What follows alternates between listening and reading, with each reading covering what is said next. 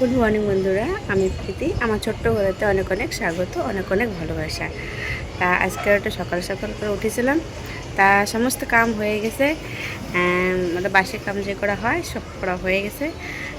এখন এক রেসিপি নাস্তা বানাতে হবে, আর চা এখন নাস্তা বাস্তা বানাই তৃষের বাবারে, তৃষারে খেতে দিতে হবে নাস্তা। আর তারপরে যে আমার ঘরের কাম, রান্না বান্না এইসবগুলো করতে হবে। আজকে সকাল সকাল ঠান্ডা ঠান্ডা হাওয়া চলতেছে।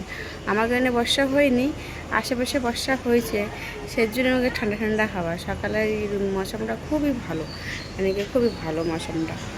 তা চলো তাহলে শুরু করা যাক। সকাল সকাল উঠলে এই যে একটা ভালো হয় কি, সব কাম জলদি জলদি হয়ে যায়। আর যদি একটুখানি দেরিতে করে ওঠো তা সমস্ত কাম থেকে যায়, তারপরে মাথায় আসে না যে কোনটা করবো কোনটা না করবো। আর এর সাথে ছোটো, ওর মুড হিসাবে পাওয়া যায় না, কোন সময় কান্না করবে তো কোন সময় খেলা করবে। তো ওরা দুজন ঘুমাচ্ছে, তা চলো নাস্তাটা বানাইনি। আর উঠে গেলে তো মাইয়ে আবার কোলে উঠবে না, তারপরে ওর একটু আদর করতে হবে। তো এর জন্যে চলো শুরু করা যাক ঘরের কাম কাজটা।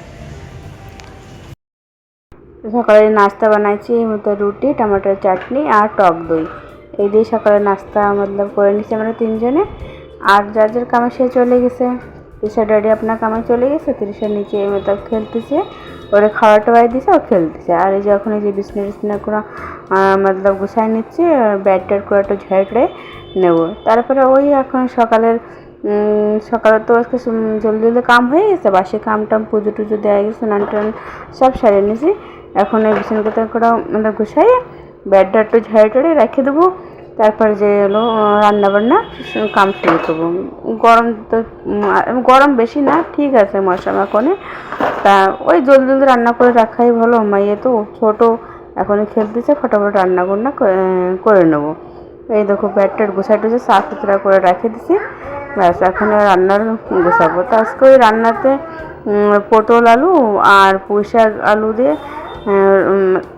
আলাদা রানবো, আর পটল আলু দিয়ে আর মাছ দিয়ে রানবো, আর ভেন্ডি দিয়ে আর আলু দিয়ে তিসার জন্য একটা মাছের ঝোল বানাবো।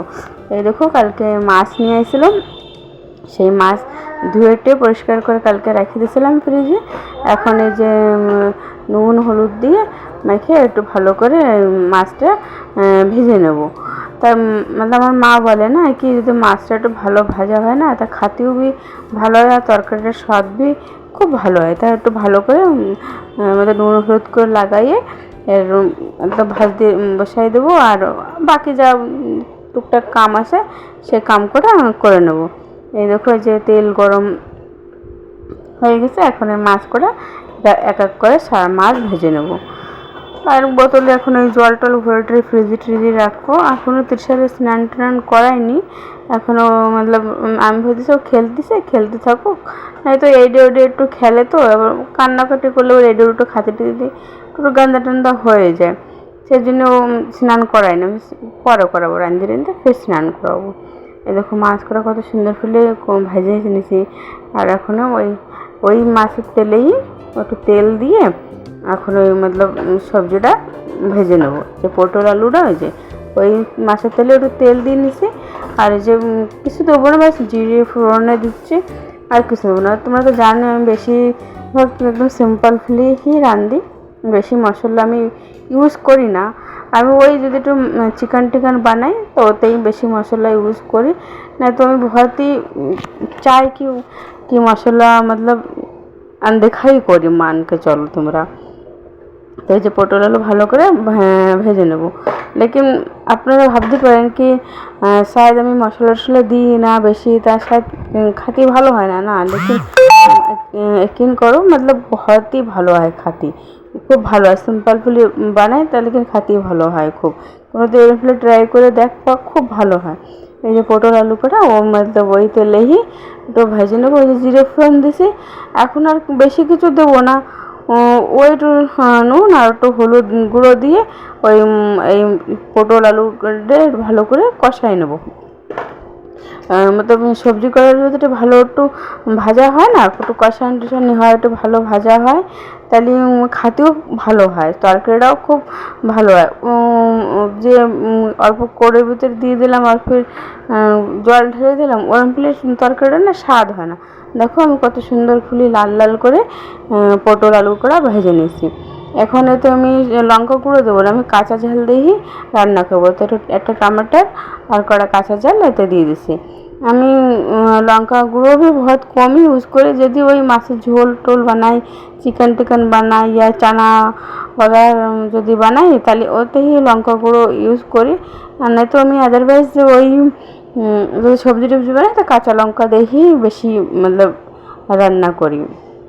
আমি গুঁড়ো যে লঙ্কা থাকে ওটা একটু আনদেখাই করি, আমি বহুত কম ইউজ করি। আমার ভালো লাগে না, আমার কাঁচা ঝালের তরকারি হি ভালো লাগে খেতে। তো দেখো লাল লাল করে সব কিছু ভেজে টেজে নিয়েছি।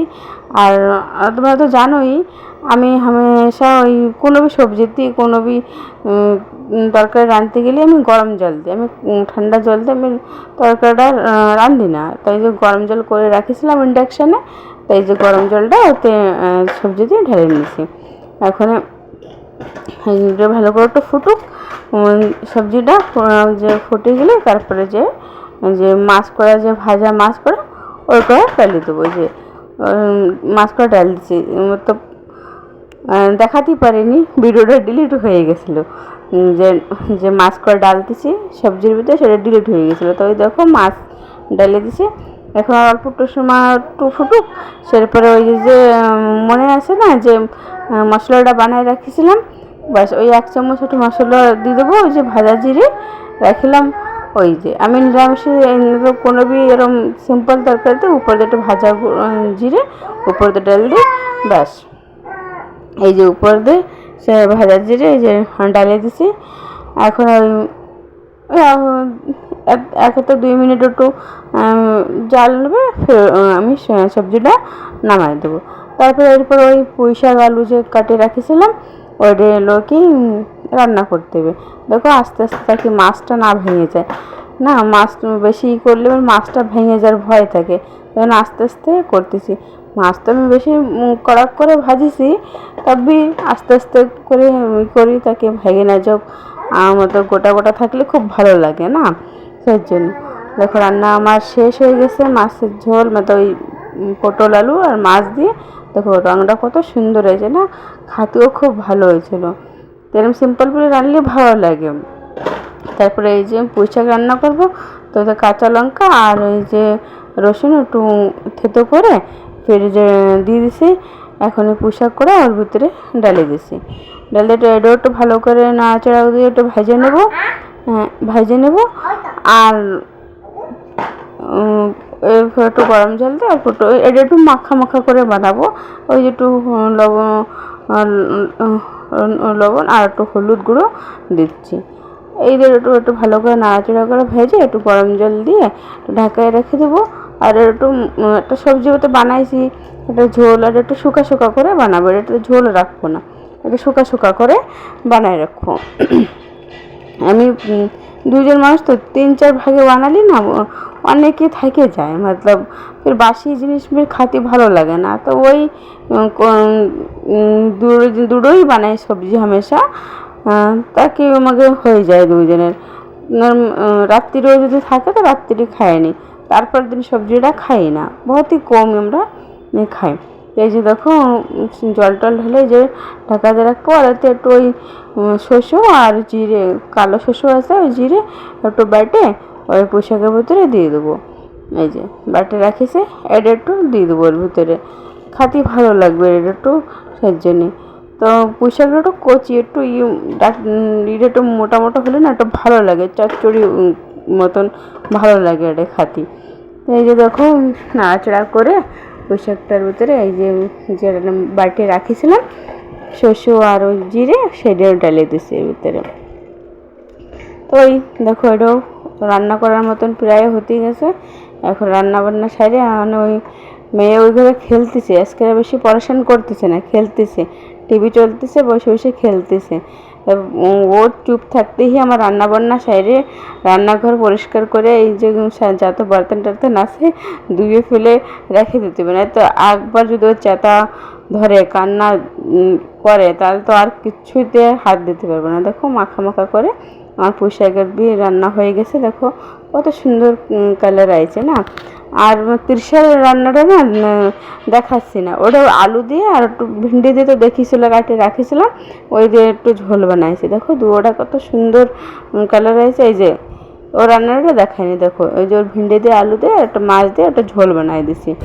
এই যে আমার তার ভিডিওটা ভালো লাগলে এটা কমেন্ট লাইক করবে। Tata bye.